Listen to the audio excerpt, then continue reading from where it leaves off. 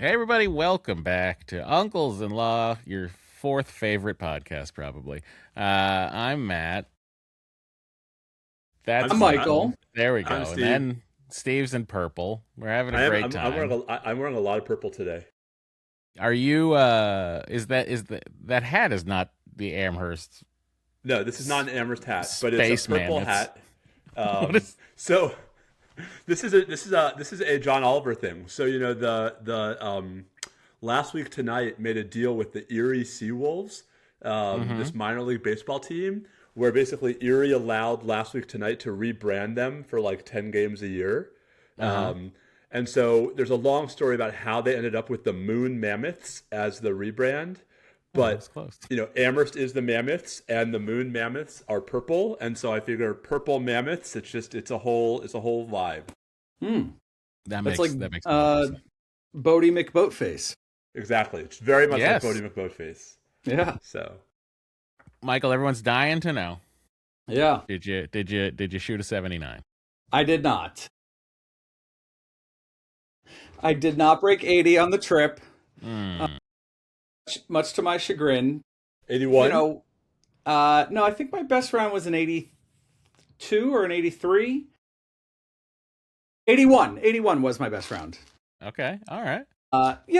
It's hard. It's hard. You go from well, look, golf is hard to begin with.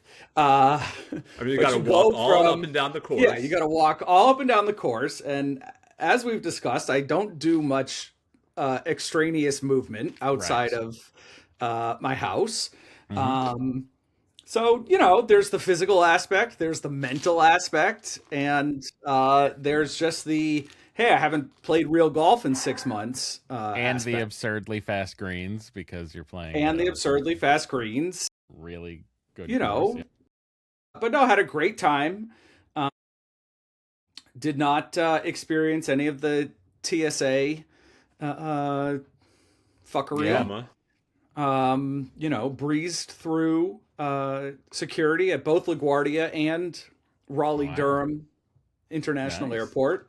RDU, as the local RDU. Yep, RDU. I've got this new. I'm part of the Touchless ID program. Yep. Which is explain this to me. What does that mean? Oh, this is the even more biometric data to the government, so you can be even faster than TSA pre.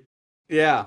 So your picture is stored in the cloud, and there's some data sharing arrangement between the airline and TSA. So the airline provides your flight data and your picture to TSA. So you go into pre-check. Where do they get your picture from? You upload it yourself. Ah, gotcha. Okay. Yeah. Or I think you could probably take it at the airport, like to enroll. Yep, you can. I remember I did upload the picture. You have to enroll on an airline by airline basis. Like that's the one trick. Yes. Yep. So I did it through the Delta app. And so there's the pre-check line, of which I participate in, but then there's a separate pre-check touchless line. Yep. And you got a special on your boarding pass. It's like circled in blue. And it says touchless. Yeah. So my boarding pass says, Sky Priority pre-check, TSA pre-check, touchless. And you go to that line and you just stand in front of a camera. It takes a picture, and then they say, "Go ahead." You don't show your ID. You don't show your boarding pass. Yep. But you literally don't take anything out of your pocket. It's like nothing out of your pocket. Yep. It's just you walk up to a camera, you stand there for 5 seconds, and you go. Yeah, wow. And it's really in this sweet spot where there's enough resources for it, but not enough awareness of the program. Right. So, all 5 people that listen to this don't rush and join the touchless program. Like 2010 pre-check, it was glorious. Yeah, exactly. So, or like the early days of Easy Pass. Yeah, right. Exactly. So yeah, no TSA issues, had a lovely 3 nights in Pinehurst. Oh, we have a special visitor. Oh, I see a niece. Oh, hi, Olivia. Hi. This is Olivia. Yeah, there it is. All right, now we got it. This is Olivia, my 8-year-old daughter, right? And she actually made a special request to come on the podcast tonight. Is she the apple of your eye? Would you say that she's the apple of your eye? She's definitely my favorite daughter. Mwah. Okay, love you. Bye. Bye. Good night, Bye. Olivia. I have been spending some quality time with Michael's kids over the FaceTime and PlayStation. That's been good. I already said hello to Olivia tonight before this cameo. Yeah. Isn't that crazy? Yep. So I guess got a text. This is what I'm missing by not being. Well, I got a text when I was playing golf from my son, who said, "Dad, can I get a video game?" And I said, "Which game?" And he said, "Red Dead Redemption 2." Mm. And my only context of Red Dead Redemption 2 is that Matt at one point had told me that he had played nearly 3,000 hours of Red Dead Redemption 2. This is my guidebook, which is out of print, and they sell for like $300 now.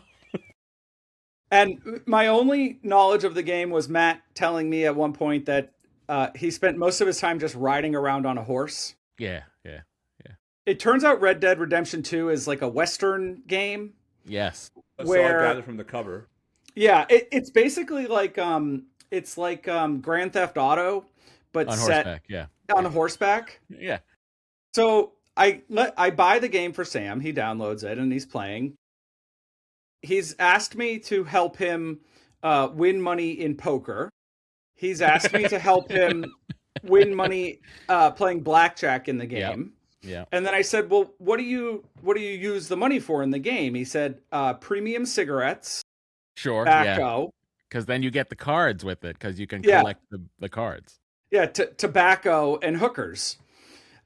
I will let me. And then I correct- said, "Well, wait a minute. I don't actually think there's hookers in the game."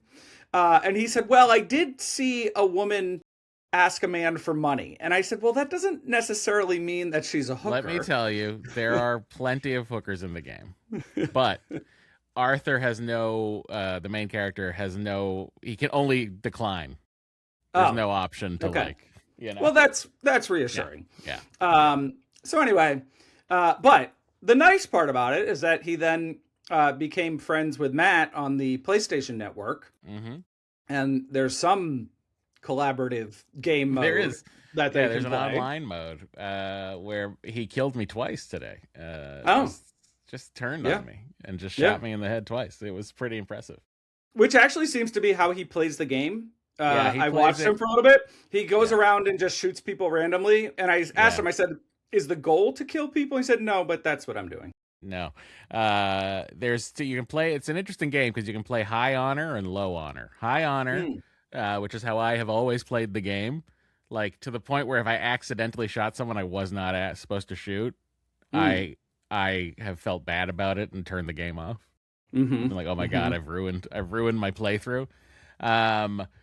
And if you play honorably, which is technically the way Rockstar wants you to play, hence the name Red Dead Redemption. So they really do want you to think about your choices, and it's the best game I've ever played in my life. It's honestly my favorite game ever, and it's better than Super Tecmo Bowl. Oh my god, I've put almost 3,000 hours into it. Yeah. I mean, it's well, Steve. Listen, if you want to get it for Maddie, then the cousins could all play together. Oh my god, that'd be great. It totally sounds like something Karen would sign off on. I mean, it is rated M mature, so it is. It does take a quality parent to go. You know what? You can have it. We've crossed that Rubicon. When it comes to the games, yeah. I mean, we are not. I mean, we are not. We're not exactly. I mean, like we've been listening to the Book of Mormon soundtrack. Like we are not exactly, sparing our children from racier and more adult content. Why have you taken them to see it? Not yet. Okay. How does the soundtrack come about? Is it like, do we know anything that is enjoyable, like Hamilton? And then you're like, well. So Sydney is really into musical soundtracks, and so we've been trying to figure out but not just music. She really likes irreverent musical soundtracks. Like her favorite parts of Hamilton are all the irreverent parts, and so Karen and I were trying to think of an irreverent musical we knew well, and Book of Mormon is pretty top of that list. Some of the songs get her Spam-A-Lot. Spam-A-Lot's not a bad idea. Yep, that's a good idea. We're just, just trying to get her, one musical at a time, but teach her some stuff. Orlando. Which really is her favorite place in the world. I mean, that's the thing. When we get to that part of the song, she's like, actually, this is my favorite place in the world. She also, as I predicted, her favorite song is You and Me, but mostly me. Sure. Mm-hmm. Which, tracks. That's second child. That tracks for the second child. Yeah. Okay, so your golf went well. 3 nights away from the children. 3 nights away from the children. My parents came. Yes. The house apparently did not burn down. The house did not burn down. I talked to your mom when I was talking to Sam. Yeah, it wasn't without some complication. Called them on so I was leaving Wednesday afternoon, and I called them Tuesday and said, knowing that my dad was going to come first and then my mom was going to come, I said, Dad, what time are you getting here tomorrow? He said, I'm not coming tomorrow. I told you I could only get there Thursday. Because of his eye appointment. Because of his eye doctor appointment. Which, oh my God. I heard him talking about this at my house. And I was so confused. I'm like, what are you talking about? So your son needs you and you got an eye appointment? Eye appointment. So he had told me about this months ago. Okay. And for whatever reason, I just thought it meant that he wasn't going to be able to come until the afternoon on Wednesday, which was fine because our nanny is here until 7:30 and that's fine. So he said, no, I'm not coming until Thursday. So anyway, I called my mother-in-law. She was able to come Wednesday night, sleep at the house, be with the kids. That came in clutch, huge to the mother-in-law. I do want to say, though, this podcast is making an impact because I know for a fact that my mom listens to this podcast because whenever it goes up on, I guess, YouTube or maybe Spotify, I don't know. Sure. She texts me, various comments and corrections, recollections, etc. My first note about this is that she does not actually listen to the podcast. She reads the transcript. Oh my God, that's amazing. Which I didn't even know was a thing. That is amazing. That suggests that it is not YouTube. Yeah. So it must be Spotify, right? Yeah. So Apple. she reads it or Apple. They both have it. Yeah. But when I got home, not only was the dishwasher loaded and running. Whoa. But then the next morning, the dishwasher was emptied and the dishes from the sink were put in the dishwasher. This is incredible. This is some huge. competent fashion. So, Steve, beggars can't be choosers, but so your quality of life is going up here. With so listen, the way to my parents' heart is through passive aggressive commentary on the Uncles-in-Law podcast. Beautiful. So I love anything else you guys, want to get out there, just know that it's being heard. Understood. Well, it's being read. It's being read.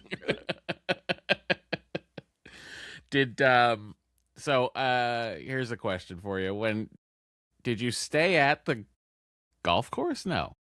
So Pinehurst is the town. The Pinehurst Resort is the collection of golf courses, and they also have multiple properties right within the town of Pinehurst, and then the golf courses are all like a 3 to 7 minute drive from the village of Pinehurst.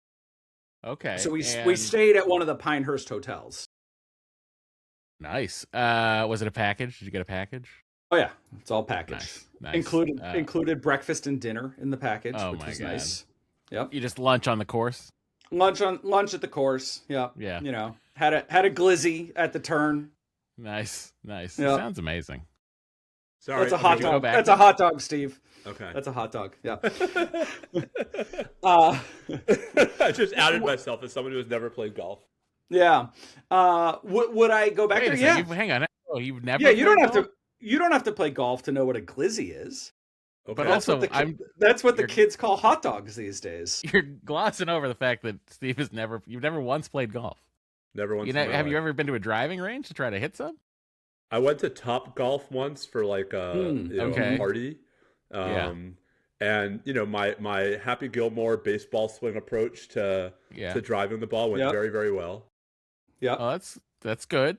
Which is to But say, not very well at all. But you didn't fall in love, is what you're saying.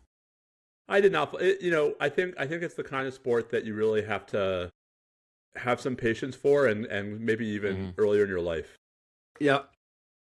Yep. It's a good combination. That is an interesting. I will also question. say this is no knock on golfers, but if I have 2 hours to do something athletic and I can pick whatever I'm doing, all right. Oh, hello. We have another guest. Other child. This is Hi, Sam, nephew. Hi, age Sam. 10, face covered in chocolate ice cream, as it is every night at around 8 o'clock. This is what you get for recording on Monday night. Hi. Hi. All right, buddy. Love you. Why? Why? Why? More what? Chocolate ice cream. No, you had enough. So mean. Worth an ask, Mm-hmm. Anyway, so however long, Matt, all I'm saying is I would find a basketball game or I'd play tennis if I had that time. It's interesting. I don't love a long round. I don't love, anything over 4 hours is miserable to me. Like 4 hours. There's a point where it's like, this is not fun. I personally think golf should be 12 holes, a front six and a back six. That's the perfect amount of time. That's exactly what I say. I say 12 holes is the right amount of golf. It, you could be in and out in 3 hours. This is insane to me. The amount of time we're talking about here is just not something I don't even know what I would do if I had 3 hours in my day. Well, I mean, if look, you're playing golf, you don't have 3 hours. You're playing golf. Touche. Don't act like there's other stuff you should be doing. Look, as we discussed on, I think, the first podcast, your favorite hobby is law. Working. Yeah. Yeah, it's law. So, yeah. It's not surprising that you see, 4 or 5 hours of golf as a trivial pursuit. That is. Hey, I did not call it trivial. I just said it's not how I would spend my time. Fair. We got back. I don't yuck other people's yums. That's my least favorite phrase. Is it really? I hate it so much. Ooh, it's really? Like Why? Some people react to the word moist. That's how I feel about yucking your yum. I'm like, wow. There's just something gross about it, even though it's not gross. Like, sorry, Matt. I did not mean I did not mean to gross you out. Steve, don't worry about it. I'm being honest with my fellow uncles-in-law here. Yeah, interesting. We went to San Diego for the night yesterday. We went to go see the Savannah Bananas, which, this is sort of when I realized that I'm probably Henry's absorbing more of my personality than I would like. So he's absorbing the bad parts, you mean? But it is wild. He was being me. He was being a little me to Dory, and it was like I was watching it. I was like, oh my god, because he was like, wait a second, the game's at 3. I thought the game was at 7. Why would we? and then there was if the game's at 3 and it's a 2-hour game because it's banana ball and it's timed, why wouldn't we just drive home afterwards? Why are we staying in a hotel? I was like, oh my god, and poor Dory's face, like it was like, because we rarely go anywhere other than to see family in Boston.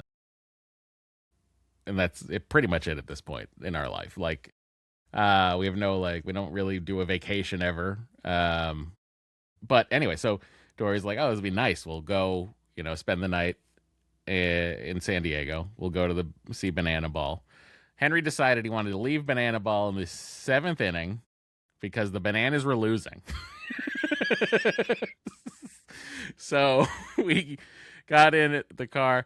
And Dory read off, she's like, here are some places we can go for dinner. And she read off a bunch of places. And one of them was called the Pie. Oh, what was it called? Pie Company? I gotta look it up because I'm gonna ask you guys a question once I remember that. Okay, Pop Pie Company. Okay, which had ice cream and pies, but it's like a dinner place. So what do you imagine is there when you're going in? Like, what do you think you're gonna have for dinner? I mean, I would think pizza. That's exactly what I thought. Okay. Yeah. When I got there, Like it was meat individual pot pies. Yes. Yeah. It was individual pot pie. It was the most San Diego, California bullshit I've ever seen. It was, we serve pot pies and we also have ice cream and a barista bar. And I'm like, what did you do? What is this? Who wants this combination of food ever? So like, and Henry's like, I don't want any of this. He ends up eating a blueberry pie. He ends up eating a slice of blueberry pie and getting ice cream. Dory ended up getting him a side of creamed corn. I had a steak and ale pie and mashed potatoes and gravy. And Dory had like I think a veggie pie or something like that. And it was like, I was dumbfounded. She's like, well, what did you think this place would be? And I was like, pizza. Like pizza pie.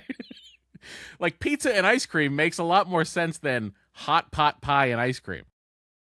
Looking at the menu, I'm going to see what I would have gotten. All right, thank you. Yes. Steve, does this not sound like a crazy combination to you? I mean, it's Southern California, man. Like, you know. Yeah, I know. I just wanted a Diet Coke. I just wanted a fucking Diet Coke. That's all I wanted. And guess what? They didn't have Diet Coke. It wasn't even a Pepsi establishment. They had Diet California. Yes. A bullshit small batch. It's a bullshit small batch cola. That is like, has a San Diego label on it. And I was like, I guess I'll just get a chai. So like I got like an iced chai with my pot pie. Oh, that rhymed. Iced chai with my pot pie. Yeah, go ahead, Michael. I mean, look, if it makes you feel better or worse, there's not a single thing in the savory section that my kids would eat here either. Right. Yeah. You know, they also would have gone for they probably would have gotten a chocolate chip cookie is what I'm guessing. Yeah. I mean, okay. All right. So yeah. We did that and it was like the parking was crazy. Like the neighborhood you're parking in, it was like so busy. Henry's like yelling, like, why are you going around? I'm like, because there's no parking. He's like, well, this is way too far. And I'm like, no, it's fine. We can park over here. And I'm like, dude, you cannot complain anymore. Mama like wanted to plan this nice thing for us and we're out. And, you know, he's like, we can't complain. So then it comes time to going to bed. And that's when I realize I forgot my CPAP. So we're in a hotel room with the snoriest man alive. And I'm just like, well, yes. And part of me was like, I was like, oh my God, how did I forget my CPAP? And then I was like, was this like a subconscious thing to like not be here and like I want to go home? Like, was that what it was? Like, I don't know. Because if I had my druthers, I would have. And I used to do it at Comic-Con sometimes. I would have a hotel. I wouldn't even stay in it. I would drive home after I did a panel, and then I would drive back the next morning. I was just going to say, I feel like there's a chance that this story is going to you telling Dory and Henry that you were just going to go walk around for 10 hours and like come back in the morning. By the way, that is not out of the question. But there's something or drive to the nearest casino. Yeah. By the way, believe me, if I had any money, I would have been at I would have been in Tijuana. But I said to her, I was like, is there a world where I just drive home and sleep and then come pick you guys up? That didn't happen. So Henry decided he wanted to sleep in the bed with me, and then Dory slept in the other bed. And he's like, you think your kid's like normal when you're with them in their normal environment, like where they have their routine. You think like, oh yeah, the kid's not so bad. But then you like pulled him out of the routine and he becomes something else. Like I have not been hit so hard so many times as I was in a bed with Henry. he was like trying to raspberry me, and like he would just like, and like it'd be like 5 o'clock in the morning, super quiet, and then you just hear, and it was just Henry making the loudest on me, and then I'm like, dude, you got to be quiet because Mama's sleeping, and it's like 5 in the morning, and he's like, I'm hungry, I want to go to Starbucks. I was just gonna say he's probably hungry. Yeah. He wanted to go to Starbucks, so I'm like, okay, we'll go over to Starbucks when it's like light out because the sun had not come up yet. The sun didn't come until 7.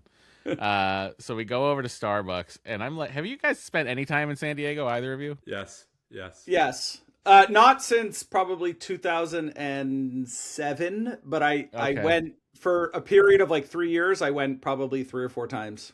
Yeah, especially the gaslight district. Yeah, the gas lamp district. Gas lamp. It's a gas light when I'm there with my Gotcha, wife. Steve. Yeah. The gas light, because we were both convinced that Dory never told us the game started at 3:00. Like he was like a little. It was like a mini me. Was the game at Petco? Yes, it was, which is a beautiful stadium. Beautiful stadium. Our seats were good. Dory made sure we sat in the shade, which I was thankful for.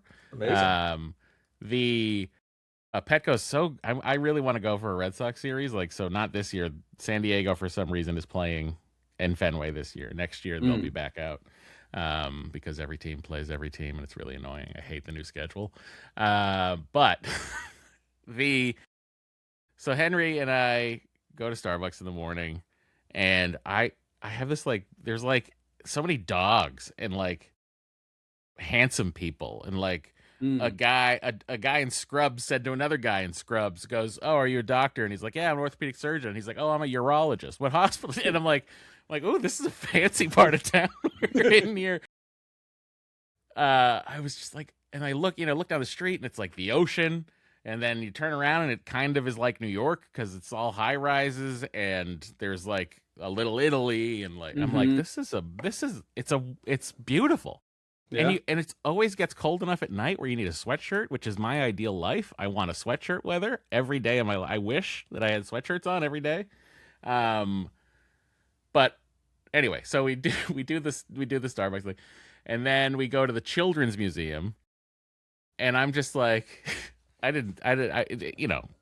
Will Henry enjoy the Children's Museum at this point in his life? I don't know. Whatever.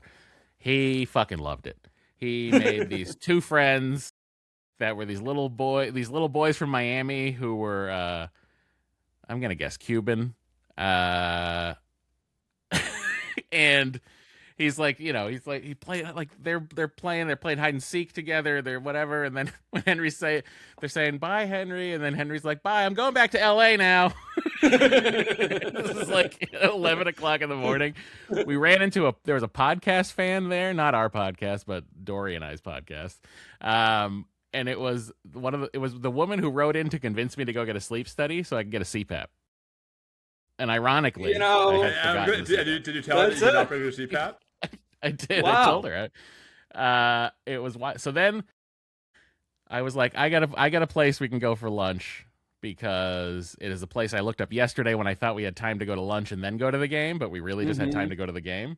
So we went to this place called Queenstown Public House, which is a New Zealand restaurant, and it was lovely inside, and the food was fine, but like it was I would say we had big swing and a miss on the food.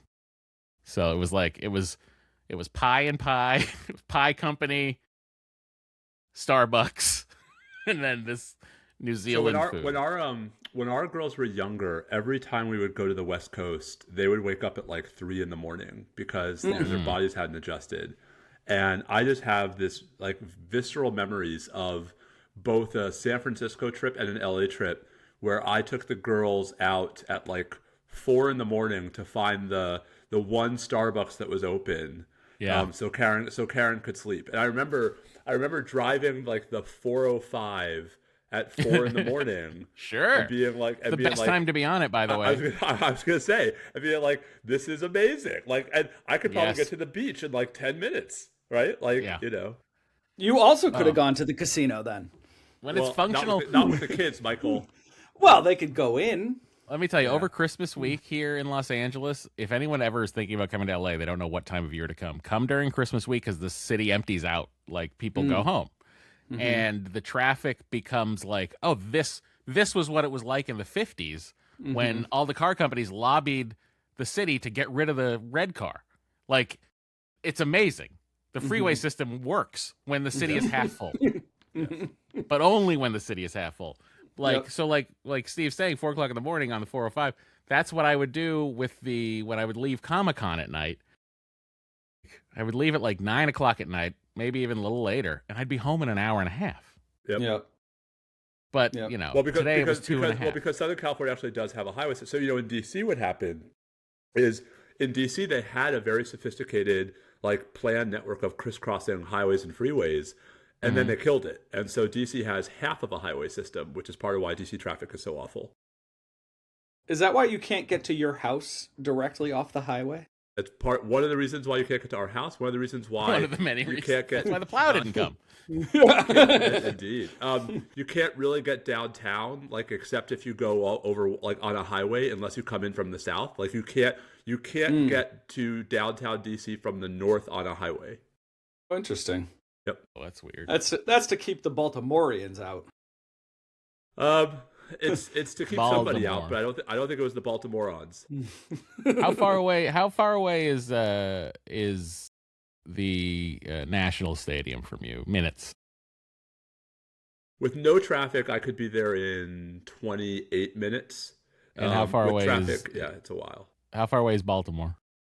Camden Yards, I mean, the problem is we live in the worst part of DC to get to Baltimore from. So I would say from our house, it's probably 1:15 with, like, ordinary traffic. And you're never going when there's ordinary traffic. Matt, from where Karen and I used to live, as you know, we lived in Shaw, which is like, right. You know, we could get from there. It's 45 minutes. You go right out New York Avenue to US 50 to the Parkway. Yeah. So you conceivably, though, the Mets roll into town, you could go see them at either stadium. Oh, I mean, we go. So, you know, back to your comment, Matt, about the balanced schedule. Like, one of the things that sucks about that is that the Mets now come to Washington only twice a year as opposed to 3 times a year. Right. Right. And they only play the Orioles every 3 years, so they're only in Baltimore every 6. Yeah. What? Yeah. Or maybe under the new schedule. No, maybe under the new schedule. Here's how it goes. The new schedule should go like this. It should go. They play every year these tiny series, like 2 or 3 like games, but each series is you trade every year where it is. Yeah. Okay. Maybe it's every other year in Baltimore now. Yeah. But my point is, like, not that long ago, the Mets were here for 3 series a year, and you know, even if we missed one of them in the summer, there'd be one in the spring and there'd be one in September, and we would go to like 7 of those 9 or 10 games. And now it's 2 series, and one's like mid-July, and it's just like it sucks. Last year, the Yankees and the Red Sox didn't play until June. Yeah, that's insane. I am not a fan of the new schedule either. I love. Do the Yankees and the Red Sox still play? So that they don't play 20 times a year anymore? They play. The Red Sox Michael, 13. This is the point. 13. You play your divisional opponents 13 times. Got it. Which means 2 series in each park. Right. And which makes the fact that the winner of the division, although, do they play the same? Do you play every team now? Yeah, every year. Every team every year. It's so annoying. Wow. So it's like, but Michael, I don't need a Rocky series every year. Michael, that was the argument. The argument was that it's a balanced schedule, and I think the NFL I think is pretty good evidence that you don't need a balance. That actually an unbalanced schedule promotes competition.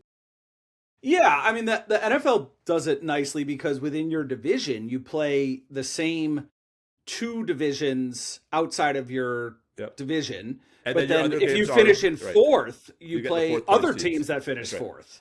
Right. This is part of why the Patriots had such an easy schedule last year. Easier schedule. It was partially skill. I mean, partially. Yeah. But I actually like that a lot, though. How was your basketball game? I did not hurt myself. I just want the record to show. Oh shit! I left it at work. I got a trophy. I got the sportsmanship award.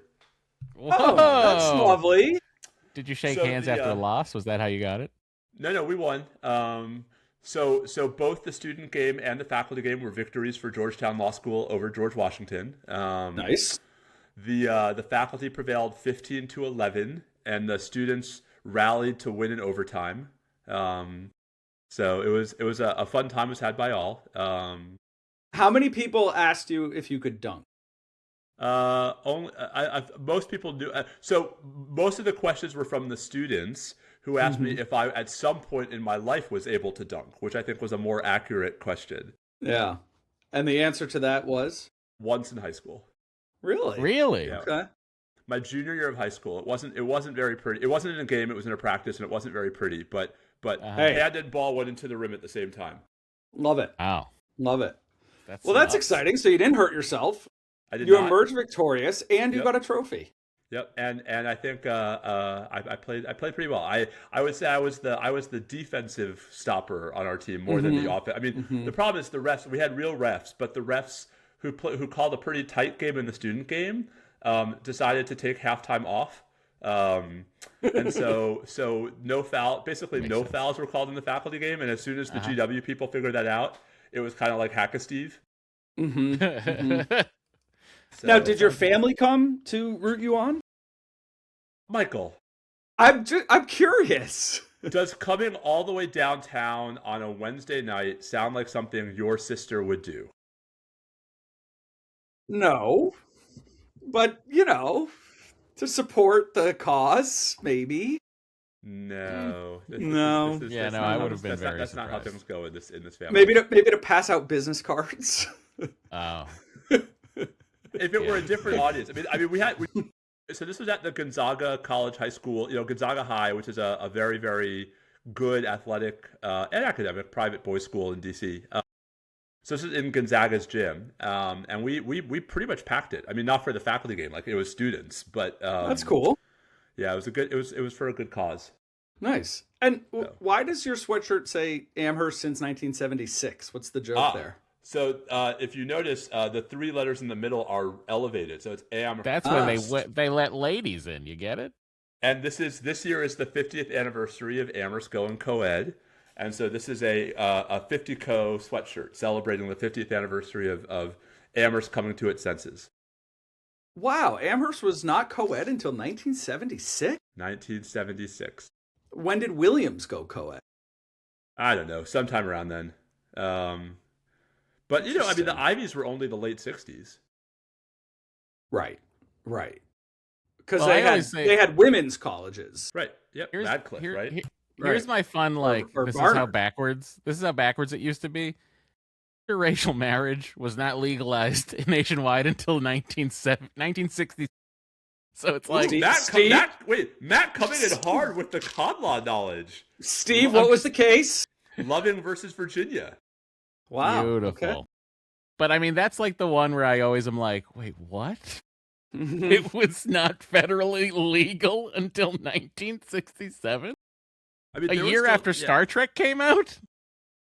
I mean, Matt, the first interracial kiss on television. You know this.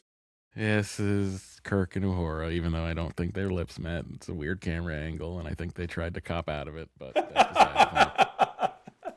Man, this is the second Matt nerve I've accidentally touched tonight. Wow.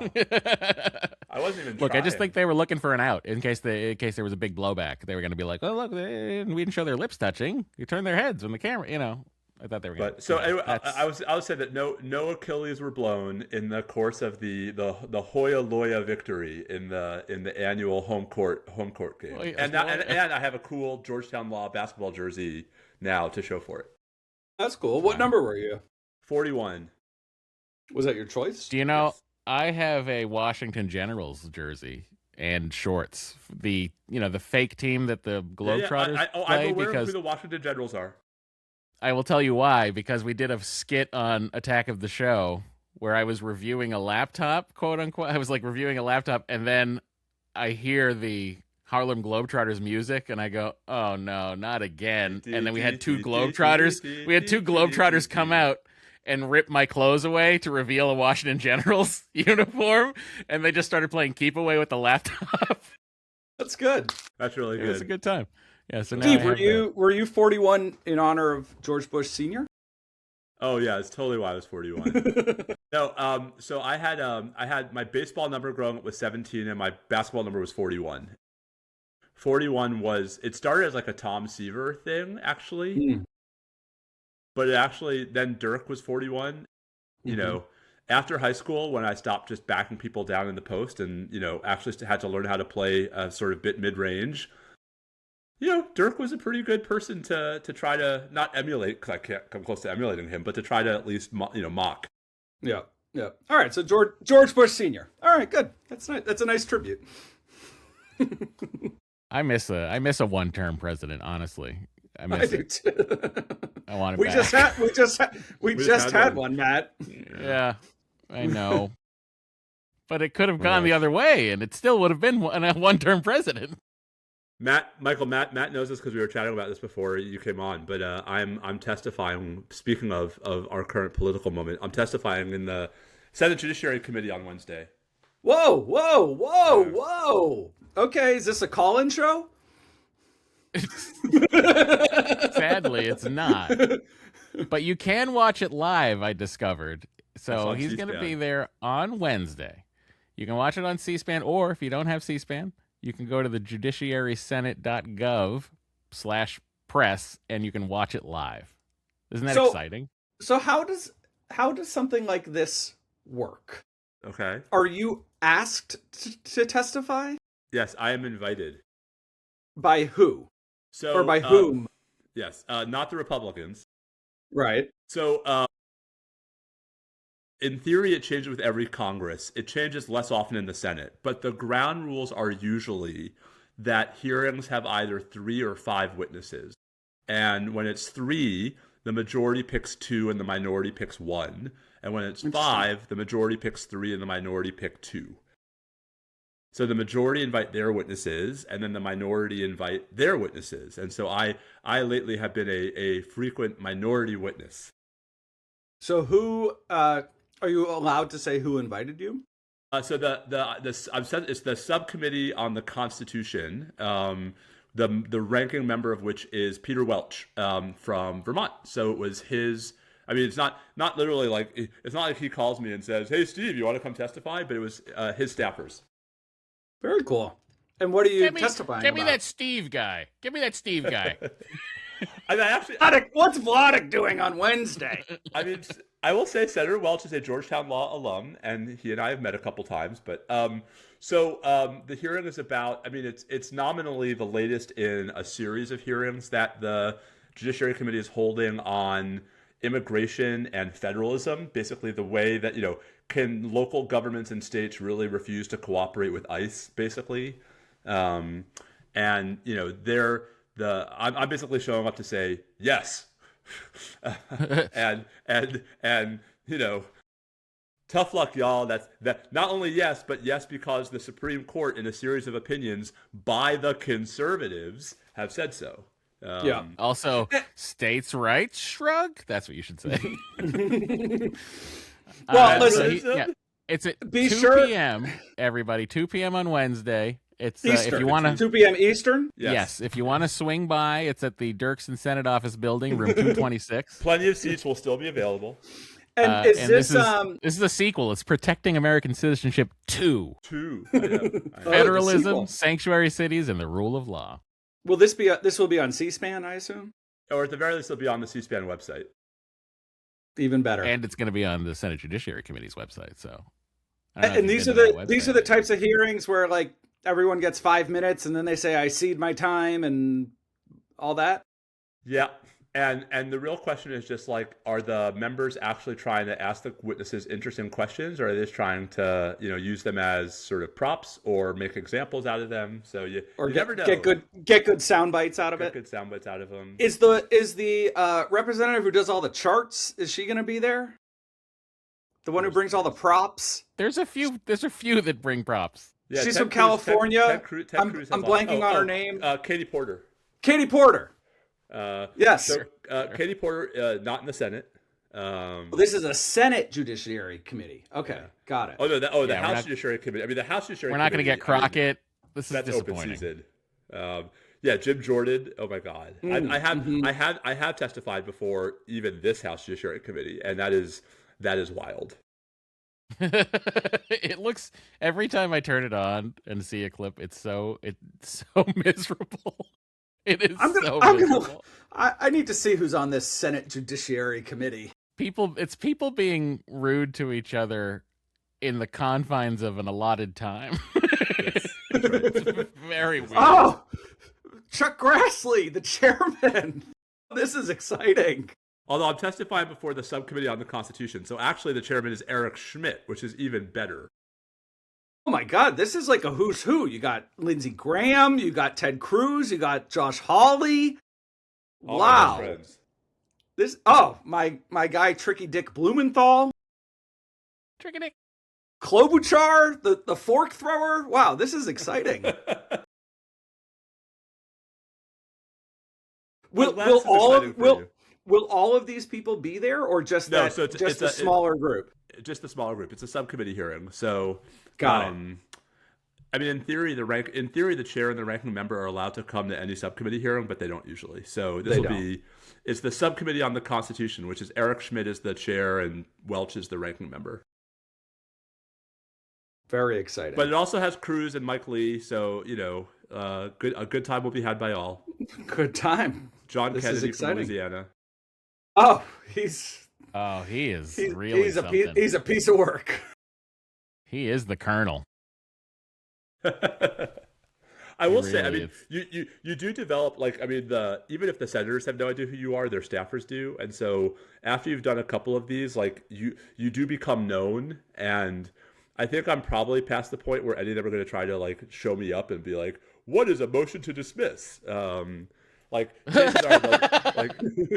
Chances are they'll just leave me alone at this point. They have gotcha questions ready to go. Oh, please bring in a burn book like Bondi. Please bring one in. Are you remunerated in any way for this? No. Do they send a car? I mean, I guess I could ask for a car, but given that it's a 7-minute walk from my office to the Dirksen Senate office building, it would be a longer drive. Yeah. Would they give you a parking pass if you needed one? Nah. Really? Can you go in there and say the Dow is at 46,000? So actually, Michael, I was once actually a little late. Not actually late, but late by my standards. Right. To a hearing I was testifying at, and there was like a super long line to get in through the security. And I walked up to the front. I was like, I'm a testifying witness. Can I cut the line? And they were like, nope. Yeah. So I texted my person. And I texted my contact. I was like, "Can you come let me in through the staff entrance?" He's gone. What do you think his question was going to be? He was going to ask me who the other witnesses are. I don't know. Or was he going to ask you about Senate provided lunch? Does that happen? No. Where do you guys think that like Congress has all this money to spend on hearings? Well, I mean, the fact that we're paying France $1 billion so they don't build wind farms on the East Coast, I'm thinking they could spring for lunch. Michael, no, I don't know yet who the other witnesses are. Oh, like it's a surprise when you show up? No. I just didn't ask, and I will. I think I'll find out tomorrow. And do you go one at a time, or is it like a panel of the? So they're all five. So this is a 3 and 2. This is a 3 and 2 hearing. And so the chair and the ranking member each get an opening statement. Then each of us get 5 minutes, and then they go in seniority order, they can ask any of us questions, but they only have 5 minutes at a time. Right. And does your placard say Mr. Steve Vladeck or Professor Steve Vladeck? Depends on how nice they're being on that particular day. Professor's Do you think you'll have an norm. Esquire afterwards? Not usually. I think professor's the norm, but I've seen Mr. Interesting. So, wow, this is exciting. There are a couple of GIFs of me like on the internet from prior hearings where I'm making very particular facial expressions. Well, I've seen those. Yes, I've seen those. Like the exasperated Steve GIF. The exasperated Steve GIF. Yeah, that's a good one. So we'll see if I get to make any new GIFs on Wednesday. That's exciting. Very exciting. Could you bring like you could have Maddie and Sydney sit in the first row and make funny reactions. I've You never want to go tried super that one. viral? Huh? So Yeah. Karen, so I've had Karen. Karen came to one of these ones and sat right behind me. I had at the last one I brought 2 of my 3 research assistants, and they had a good time when they had a good time being on TV. That's cool. But yeah, it's I don't know if I'll bring anyone this time. This is not as big a hearing, I think. The full committee. It's big to me, Steve. I'm excited. The full committee hearings tend to be real theater.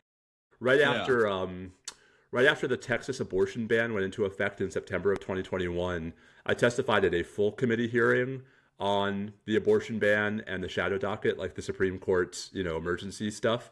And that the room was packed and there was like overflow. I mean, that was a tense one. That's cool. I mean, not a cool subject, but cool for you. Texas was so far ahead of its time. So far ahead of its time.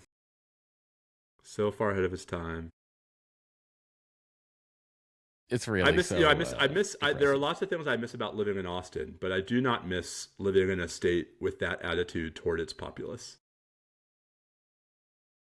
It's truly an incredible place. I hear those airports are worse for some reason. So, I mean, I think, I don't know why Houston is so much worse. Austin has had TSA problems forever. I mean, Austin, even when TSA was going gangbusters, Austin had checkpoint problems. Partly because the airport's doing more than it was ever designed to do, and it doesn't have enough infrastructure. Like, I love the Austin airport. I think the Austin airport actually has the best food of any airport in the country. But it got way too big, way too quickly without like a broader plan. Yep. That's many airports now, actually. Yeah. That's I mean, can you think of one that is big enough? Denver. Because they built it out because they built it like way out in the northeastern side of the city where they could make huge Dulles is almost big enough. It's just that its size means that it takes 20 minutes to get out of it when you land. What about the fact that the Illuminati built the Denver airport? That's You're right. aware of this, right? I'm not aware of that, but nothing would surprise me at this point. Yeah. I mean, I'm just saying. Look at the triangle. They have leaned into it. You can get a magnet at the Denver airport about the Illuminati building the Denver airport. So that's I do have. There's one airport in particular that actually is way too big, and it's actually a bit of a sad story, which is Pittsburgh. So Pittsburgh built like a super big new airport in the 80s or 90s, basically in a pitch to be like the hub for what was then U.S. Airways. And when U.S. Air sold itself to American and basically went under, like American just folded up and left, and now you have a large airport with not a lot of demand. Any of the former hub airports, like St. Louis, I've been through, is too big. Cincinnati is too big. Although Cincinnati at least still has Delta. Yeah, but it's not like a. Yeah, it's not like Atlanta. Yeah. Yeah, and it's not a hub like it used to be. Yeah. Orlando is not big enough. Orlando. Oh my gosh! Although wait, the last time we were there, we So usually when we go to Orlando, we fly American, and so we have to deal with the really overcrowded terminal. The last time we flew home from Orlando, we flew JetBlue. And JetBlue's in the international terminal at Orlando, which is amazing. Wow. Big, enough infrastructure, fancy new everything. I mean, I was like, wow, this is so much better than the other terminal. They've designed it especially for all the pasty Brits that like to come. That used to like to come. Yeah. For a lot of I was going to say, things have changed. Those Canadian snowbirds, they're never coming back. Never. We really did a great job. I'm so happy for everyone. Thanks, Obama. Yeah. Gas was $7.83 today. I'm just saying. That's a fact. Tough. That's $7.83. I do need to stop at 9 to put the kids to bed. So maybe okay. we Well, should... then very quickly, you tell me what you're looking forward to this week. I mean, I'm kind of looking forward to Steve's subcommittee. Yeah, I've got something ready to go. I'm looking forward to Red Sox opening day. Yes, Thursday. Which is on Thursday at 4. After Steve's... Look, I'm a big fan of afternoon sports. as Yeah. someone who works from home. It's a great feature. Michigan is in the Sweet 16. That's on looked really Friday. good. Yeah, they looked excellent. So that's what I'm looking forward to. I would say those two things. That's awesome. Yeah. Steve, I'm looking forward to that as well. Like the Red Sox, I'm not thrilled about them opening the season against What happened? Cincinnati. Like whoever thought the Reds and the Red Sox would open a season together, but Michael froze. I'm back. Nope, now he's back. Up. Thank you. Yep. I'm back. Yeah, Cincinnati Reds. We're gonna. Terry Francona. That'll be nice. We'll get to see Tito. Yeah. Little reunion. Steve, what are you looking forward to besides your subcommittee appearance, which we all are looking forward? So Maddie and Karen are out of town. Karen took Maddie on a spring break trip because it's Maddie's spring break. So I'm home alone with Sydney all week. Whoa. So Sydney was feeling really sad about this at one point, and so she turns to me with puppy dog eyes and says, "Daddy, can we go to opening day?" And so I, being a sucker, we lost Michael again. Mike is gone, but it's okay. I'm listening. I, being a sucker, said, "Sure." Thursday morning, Sydney's going to be sick, and we're going to have to go see a doctor. That's too bad that you wouldn't be. You're not going to be able to make it to opening day because you got to go see a doctor. That's in the 80s, Matt, when I was growing up in New York, my dad wrote the same note to my teachers every year, which is, "Please excuse Stephen from school. He had to go see the doctor." That's great. Right, because Doc Gooden was the Mets opening day starter, like in 85, 86, 87, 88. Oh, so that's cool. My dad wrote a note every year that said, so anyway, I can't really write a note that says she has to go see the Peralta, but right. Is this this is Nat's opening day you're going to? No, this is not Nat's opening day. This is the only opening day I would actually care about going to. You're going all the way to the Mets opening day. We're going to Queens, baby. That's exciting. That is amazing. It's the Pirates, so it's Paul Skeens against what's his face, Peralta. Very cool. The question I was going to ask you, Steve, was regarding the trip that Maddie and Karen are on. Yes. Is that the Paris trip? That is the Paris trip. They are in the air en route to Paris. Are they going to Disneyland Paris? They are not. Ah, fools. Fools. Well, no, wait. So because Maddie doesn't listen to this podcast, I can say this. So Karen and I, unbeknownst to our children, went to Paris last summer when they were at camp. And we went to Disneyland Paris. Oh, it's great. We were not impressed. Whoa! Oh, well, that's because the other shithole park, Hollywood, what was it called then?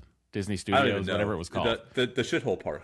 Yes, that has been redone now. Frozen Land has just opened over there. Oh, so that is it's a hot property right now. And we got stuck on Thunder Mountain Railroad. Nice. Yeah. but I dragged Dory there. But it was super awkward because we're at Disney like last time with the girls, and we got stuck briefly on a ride. And I started to say, well, it could be worse. It could be like the time we got wet on Tiana's. Like that's what I meant to say. You could say it was like the time Uncle Matt had to evacuate the boat. That's right. I did. So. I had to evacuate the boat on Splash Mountain. Matt, what are you? Oh, Matt's talking to Henry, so we can't ask him what he's looking forward to about this week. Yep, I am going to be done at 6. Okay, so I'm taking Henry to Disneyland tomorrow and the day after. I somehow I decided to do that. You are putting that annual pass to good use, sir. Then one of his friends, dads, texted me about going on Friday too. So this might be a 3 Disneyland week.